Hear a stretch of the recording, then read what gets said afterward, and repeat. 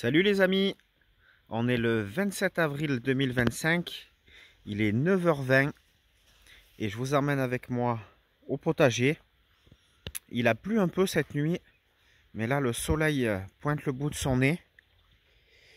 Et donc on va voir ensemble tous les travaux qui ont été faits au potager. Je viens de regarder la dernière vidéo de la chaîne pour me remémorer un peu ce que je vous avais dit et l'état d'avancement de la dernière fois. Et je suis content parce que tout ce que je vous avais annoncé que j'allais faire a été fait. On va voir ça ensemble tout de suite. Notamment, j'ai bien avancé sur le paillage. Donc j'ai récupéré une grosse remorque d'herbe de débroussaillage. Voilà. Des gros débrousaillages qu'on a fait chez des clients. Et du coup, plutôt que d'emmener ça en déchetterie, j'ai récupéré une grosse remorque.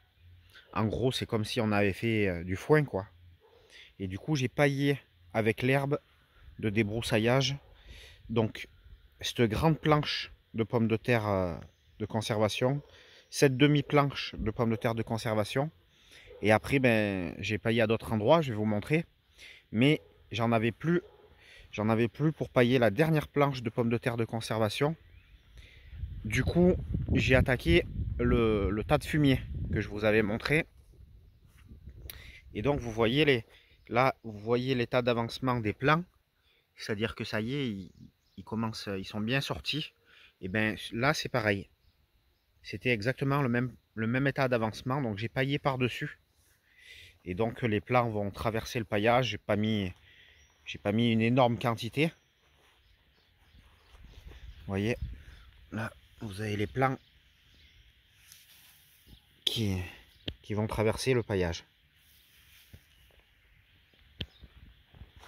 Et là, il faut que je... voilà. J'avais bien sûr passé un petit coup de sarcloir partout autour des plants pour détruire les herbes sauvages. Et ensuite, paillage. Paillage au fumier directement. Fumier bien pailleux, même si là, il a eu le temps de composter un peu. Donc, la paille s'est un peu dissoute dans les excréments de cheval. Voilà pour le paillage des pommes de terre.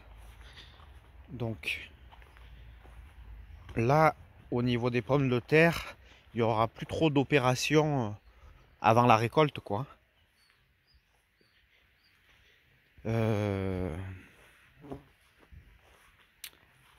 Ensuite, ben, j'ai paillé donc les petits pois. Pareil, un coup de sarcloir pour désherber. Et j'ai balancé l'herbe ici.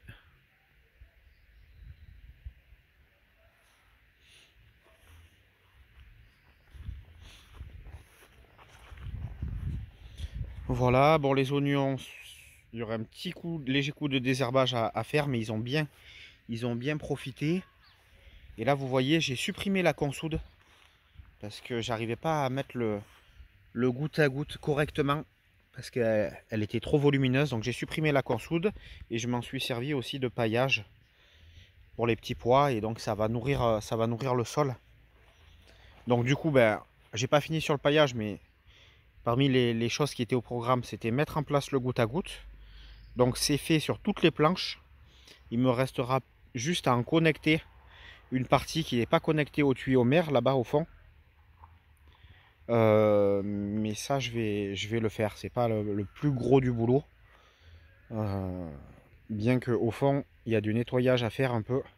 Il y a de la végétation là que je vais devoir supprimer pour faire un peu du jour, de manière à retrouver les connexions avec le tuyau mère.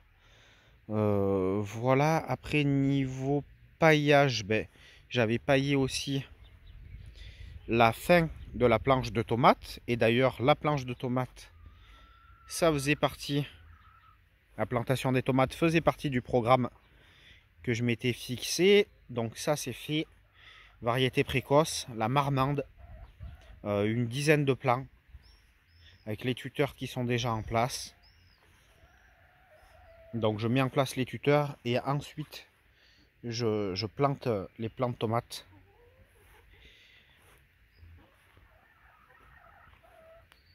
Voilà pour le paillage. Et là, vous voyez l'évolution des salades, hein, elles ont bien poussé depuis la dernière vidéo. Donc celle-là que j'avais mise en première, celle-là que j'avais mise ensuite, et les radis qui ont bien profité aussi.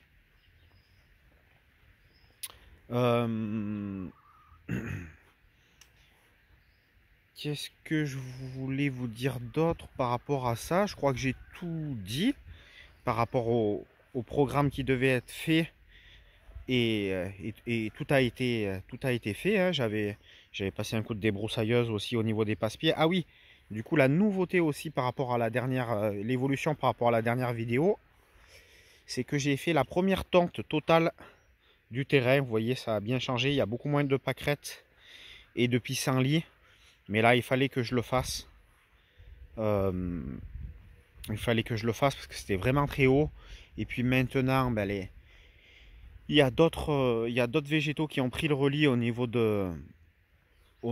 des fleurs, notamment. Ça y est, les acacias sont en fleurs ici en Ardèche. Donc au niveau de la nourriture pour les abeilles et autres pollinisateurs, ça leur manquera beaucoup moins ce que j'ai tendu. Voilà. Et donc là, on voit beaucoup plus du coup, grâce à la tonte, les baies de mai que j'ai plantées il y a à peu près un mois. Il y a deux variétés différentes. Et hier, avec ma femme, on a goûté déjà les premières baies. Et on a trouvé ça très bon. En sachant que c'était vraiment les deux il n'y en avait que deux de mûrs. Et que les autres, vous voyez,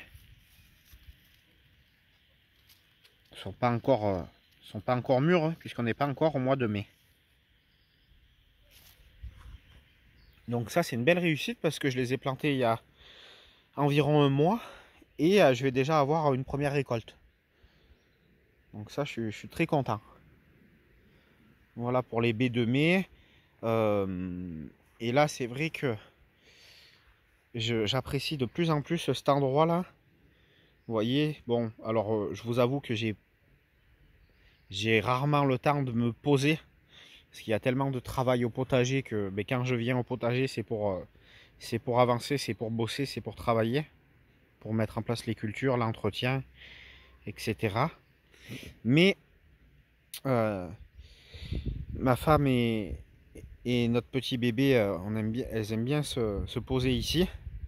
Ça, les températures commencent à être clémentes. Et c'est vrai que j'adore cette ambiance. Maintenant que le cerisier, le prunier et le mirabellier commencent à avoir des tailles respectables. J'adore cette ambiance un peu de forestière, un peu de arborée, de sous-bois, quoi. Vraiment, j'adore cet endroit-là. Là. C'est incroyable d'arriver à créer, grâce aux arbres comme ça, des ambiances forestières dans des endroits où c'était pas du tout le cas il y a quelques années. Et là, bonne surprise aussi, je vais avoir certainement, je pense, la meilleure production de prunes de cet arbre depuis longtemps.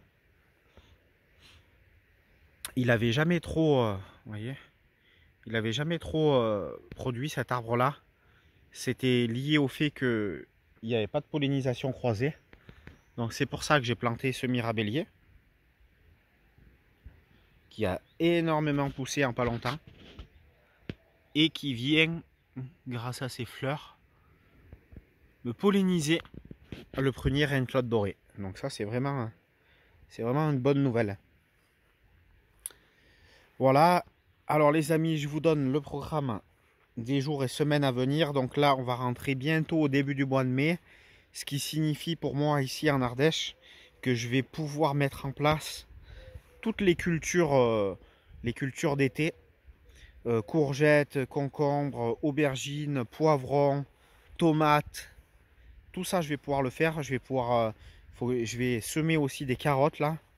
Carottes, je vais semer des poireaux, même si je suis très en retard sur les poireaux. D'habitude, je les sème dès le mois de mars. Donc voilà, ça fait partie du programme. Là, là, il y a vraiment du boulot encore. Parce que pour planter tout ça, j'ai encore un petit peu de travail de préparation. Parce que vous voyez, par exemple, sur une planche comme ça, c'est pas énorme comme boulot, mais une planche qui n'a pas été touchée depuis l'automne, il va falloir faire un petit peu de désherbage et après enchaîner par la plantation. Voilà, il me reste encore un peu du fumier là-bas pour pailler ce que j'ai besoin de pailler. Voilà les amis, je vous souhaite un excellent dimanche et je vous dis à bientôt pour des prochaines vidéos de potager.